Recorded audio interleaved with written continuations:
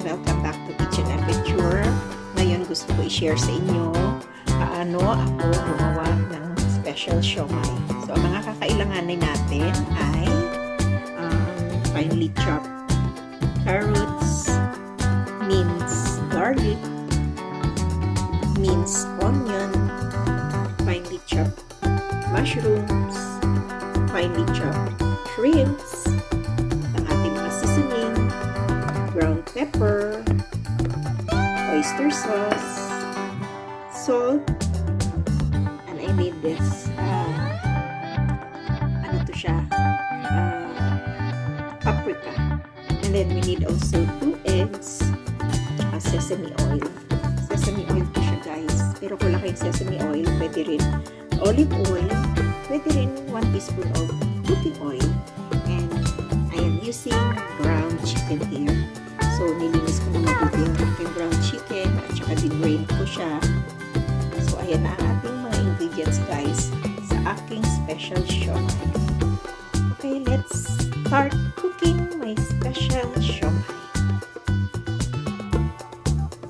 Okay, everyone, let's start cooking yung ating ground chicken. Clean and drain. Sama-sama lang lahat ng ingredients. Lagay natin. Finely chopped carrots. Finely chopped garlic.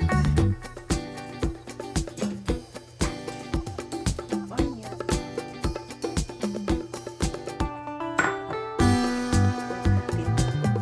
Finely chopped mushrooms.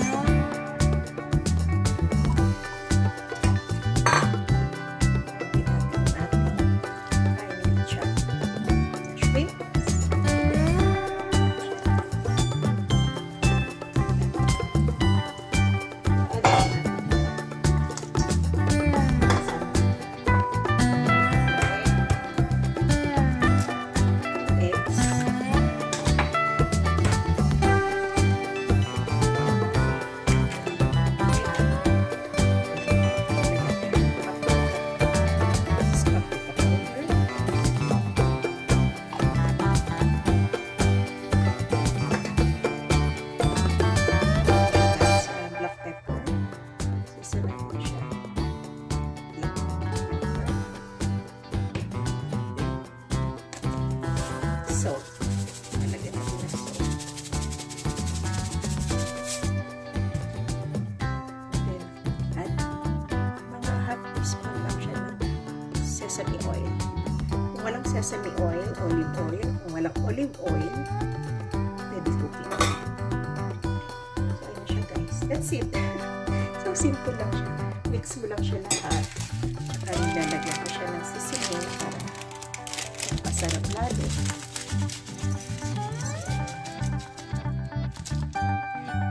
So, ayun na siya, guys. Ito na yung ating siomai. So, i-mix lang natin siya. I-mix lang natin lahat yan. That's it. So, we'll add in our oyster sauce. Sarap din ang oyster sauce. Try it. Oyster sauce. The best ang oyster sauce. Medyo mahal lang siya, pero masarap talaga siya sa mga dishes natin. I don't use soy sauce here. I use oyster sauce.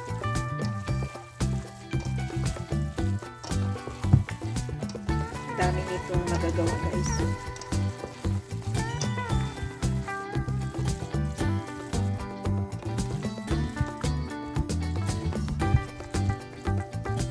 Siyempre, gagawin ko din. So, babalutin natin siya ng ganito. So, balutin natin siya. Link.